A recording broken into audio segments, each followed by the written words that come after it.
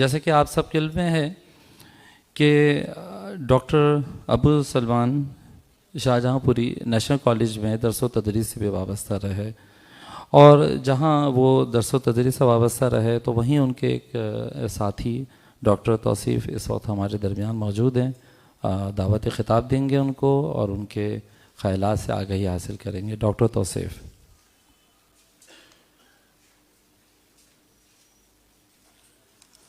शुक्रिया।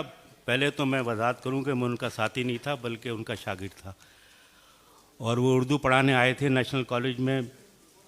मैं शायद उन बदकिस्मत तालिब इल्मों में से था जो क्लास में कम जाते थे और बाहर नारे ज़्यादा लगाते थे। तो बहरहाल हम कुछ अरसे पढ़ा हम लोगों ने। डॉक्टर साहब की एक अदबी शख्सियत तो थी, मगर जो उन्होंने काम किया हिंदुस्तान की आज़ादी के हवाले से, वो जो बयानिया है उसका ज़िक्र नहीं होता। और जैसा कि अभी कहा गया कि अदीबों को भी, बहुत सारे अदीबों को तो एजाज़ मिल जाता है कि उन्हें दफनाया जाता है एजाज़ के साथ, मगर डॉक्टर अबू सलमान शाहजहाँपुरी जिन्होंने पूरी ज़िंदगी लगाई इल्म के लिए, एक ख़ास बयानियों को बयान करने के लिए, लोगों को समझाने के लिए, उसका ज़िक्र नहीं हुआ। 1986-87 में कराची में फसादात हुए और अलीगढ़ कॉलेज में डॉक्टर साहब के कुतुबखाने को भी आग लगा दी गई और ख़ासा बड़ा नुकसान हुआ, जिसके बाद शहर फसाद में गया। डॉक्टर साहब वाहिद आदमी थे अलीगढ़ कॉलोनी के जिन्होंने कहा कि लिसानी फसाद नहीं है, बल्कि मुझे तो बचाया है पठानों ने। और उनका बहुत अहम मौक़िफ़ था ऐसे वक्त जब शहर जल रहा था। उन्होंने वही मौक़िफ़ इख्तियार किया जो जमीयत उलमा हिंद का था 1947 तक। अगर हम हिंदुस्तान की तारीख़ पे नज़र डालें और डॉक्टर साहब की किताबों को देखें, जो बुनियादी तौर पे मौलाना महमूद हुसैन देवबंदी, मौलाना अबुल कलाम आज़ाद, रेशमी रुमाल तहरीक के हवाले से है, तो ज़रा दूसरे बयानी की तरफ हमें जाएं तो हमें कुछ हक़ाइक़ सामने आएंगे जिसका ज़िक्र नहीं होता, और ना जैसे हालात हैं उसमें ज़िक्र होगा कि बर सग़ीर के साथ हुआ क्या है। देखिए, डॉक्टर साहब ने ख़ुद ये लिखा है कि अंग्रेज़ों के आने के बाद जो पहली तहरीक थी, तहरीक इस्लाह जहाद, वो 1831 से शुरू हुई। उसके बाद जंग आज़ादी हुई 1857 में। फिर रेशमी रुमाल तहरीक थी 1917 की, तहरीक सत्याग्रह 1919 की थी, तहरीक खिलाफत व तर्क मवालात 1919 से 1924 तक चली, तहरीक हिजरत 1920 में थी, तहरीक नमक साजी और सिविल नाफरमानी 1930 की थी, इनफरादी सत्याग्रही की तहरीक जो 1940 और 41 की थी, हिंदुस्तान छोड़ दो तहरीक 1942 की, और उसके बाद पाकिस्तान की तहरीक। ये जो तहरीकें थीं, यही वो बुनियादी तहरीकें थीं जिन्होंने हिंदुस्तान के अवाम में शऊर पैदा किया कि अंग्रेज़ी साम्राज्य के ख़िलाफ़ लड़ें, और यही शऊर था जिसकी बिना पे अंग्रेज़ों को जाना पड़ा। डॉक्टर साहब ने लिखा है डॉक्टर महमूद हुसैन देवबंदी की किताब के हवाले से कि क्यों उलमाए हिंद ने ये फ़ैसला किया कि हिंदुओं के साथ इत्तेहाद करें। वो लिखते हैं कि इसका मशवरा उन्हें तुर्कों ने दिया था। जब वो गए हिजाज़ और वहाँ उनकी मुलाकात हुई तो वहाँ उन्हें कहा गया कि अगर आप हिंदुस्तान के सारे लोगों को मिलके शामिल नहीं करेंगे तो अंग्रेज़ जो हैं वो इस मुल्क से नहीं जाएंगे। यही वजह थी कि जमीयत उलमा हिंद ने जिन तहरीकों का मैंने जिक्र किया, उन सारी तहरीकों में हिंदुस्तान के तमाम लोगों को शामिल किया गया और एक सेकुलर अप्रोच को अपनाया। और डॉक्टर साहब ने अपनी 165 किताबों में वाज़े तौर पे बार बार ये बात की है कि ये जितनी तहरीकें हैं जो कि देवबंद से चली, जो मसाजिद से चली, जिसमें हिजाज़ जाना पड़ा, जिसमें अफ़गानिस्तान जाना पड़ा, इसमें हिंदू और मुसलमान दोनों शरीक थे, और इन्हें बाकायदा उलमा हिंद ने मनसूबाबंदी के तहत शामिल किया। उन्होंने बताया कि इन उलमा ने कितनी तकलीफ़ें बर्दाश्त की, किस तरह ये जेलों में गए, और किस तरह देवबंद में वो वक्त आया कि शेखुल हिंद के ख़िलाफ़ दूसरा नैरेटिव आया और वहाँ के जो मुंतहिम थे उन्होंने अंग्रेज़ों की कासालेसी करने लगे।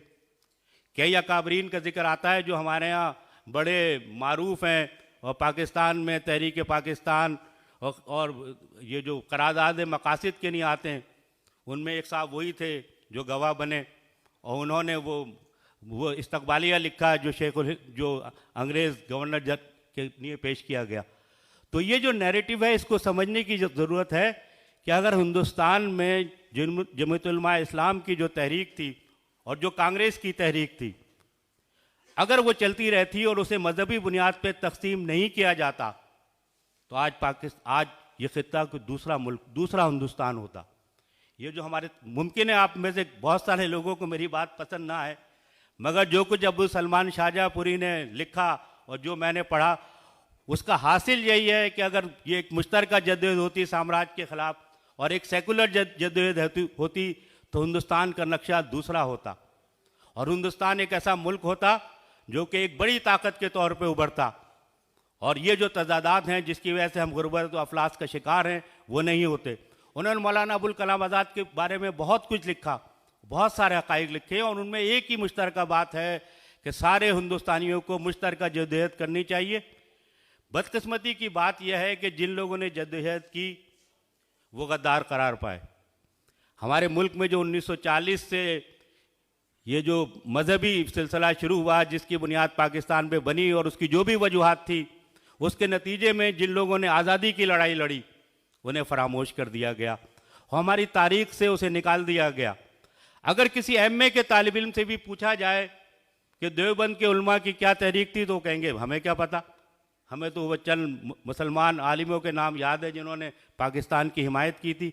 क्योंकि हमारे यहाँ ये नैरेटिव सिर्फ चंद ही लोग हैं जिन्होंने इस नैरेटिव को पेश करने की कोशिश की। उनमें सबसे नुमाया नाम डॉक्टर अबू सलमान शाहजहाँपुरी का, कि उन्होंने बार बार अपनी किताबों में नई नस्ल को बताने की कोशिश की कि जिन लोगों ने अंग्रेज़ों के ख़िलाफ़ जद्दोजहद की है उनकी खिदमात का लोगों को पता होना चाहिए।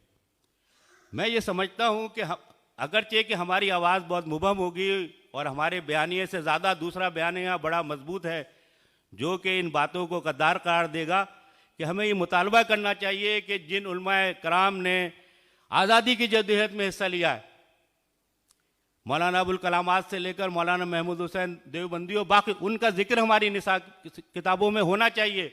हमें इस नैरेटिव से हट जाना चाहिए कि हमारी सारी लड़ाई हिंदुओं के ख़िलाफ़ थी। ये 1940 का नैरेटिव है जिसने नुकसान पहुंचाया और आज भी हम उसी मजहबी इंतहा पसंदी का शिकार हैं और उसके नतीजे में आइसोलेशन में। तो हमें इस पर गौर करना चाहिए कि जद्दोजहद आज़ादी के जो हकीकी मुजाहिद थे जिन्होंने काला पानी और अफगानिस्तान हर जगह मुश्किलात उठाई, जिसका सारा जिक्र अबू सलमान शाहजहाँपुरी की किताबों में मौजूद है, उनकी शख्सियतों को और उनके पैगाम को किस तरह हम लोगों तक पहुँचा सकते हैं। अगर हम नहीं पहुँचाएंगे तो उसका नुकसान हमारे मुल्क में जो इंतहा पसंदी है, जो मजहबी जुनूनियत है, हम जो आइसोलेशन का शिकार हैं, हम जो हर वक्त जंग की सी सूरत हाल में हैं और जिसका नुकसान पाकिस्तान के गरीब अवाम को हो रहा है, यही बयानिया और यही स्टेट जो है हम पे हावी रहेगी। तो मैं ये समझता हूँ कि डॉक्टर अबू सलमान शाहजहाँपुरी को खराज अक़ीदत पेश करने का बेहतरीन तरीका यह है कि उन्होंने जो कुछ किताबों में लिखा उस पर बहस की जाए बग़ैर किसी तासुब के, और इस बात को वाज़े किया जाए कि वो क्या हालात थे कि जिन्होंने अंग्रेज़ों के ख़िलाफ़ जंग में हिस्सा नहीं लिया और वो इस मुल्क के हुक्मरान बन गए। हुक्मरान बनने के बाद उन्होंने क्या किया, वो अकाबरीन जिन्होंने तवील जद्दोजहद की, सालों की अपनी ज़िंदगी बर्बाद कर दी, जिसमें सारे लोग शामिल थे, उनका जिक्र क्यों नहीं होता और हम तारीख़ को क्यों गलत पढ़ा रहे हैं, इस पर हमें बहस करने की ज़रूरत है।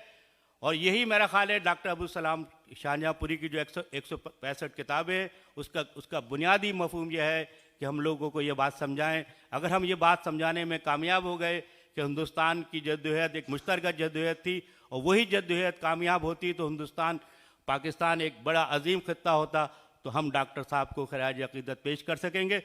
एक दफ़ा हमने बुलाया डॉक्टर साहब को उर्दू यूनिवर्सिटी में लेक्चर देने के लिए, तो हमारे कुछ दोस्तों ने कहा कि डॉक्टर साहब तो बहुत बिल्कुल आज़ाद लेक्चर देंगे। मैंने कहा भी डॉक्टर साहब आएँ और डॉक्टर साहब सारा अपना बयानिया अबुल कलाम आज़ाद के कारनामों में बताएंगे। तो उन्हें मैंने कहा बिल्कुल आप बात कीजिए, और डॉक्टर साहब ने बग़ैर किसी परेशानी के वो सारी सूरत हाल बताई जो नौजवानों के लिए बड़ी हैरत की बात थी। ये और बात है कि उसके बाद इंतज़ामिया ने कार्रवाई की, डॉक्टर साहब तो चले गए, मगर ये कि ये एक जुर्रत की बात थी और हमें इस जुर्रत को महसूस करना चाहिए और नई नस्ल को समझाना चाहिए कि डॉक्टर साहब की किताबें पढ़ें और गैर जानिबदारी से पढ़ें, गैर तासुब से पढ़ें, तो फिर वह हक़ाइक़ की तरफ पहुँच सकेंगे। शुक्रिया।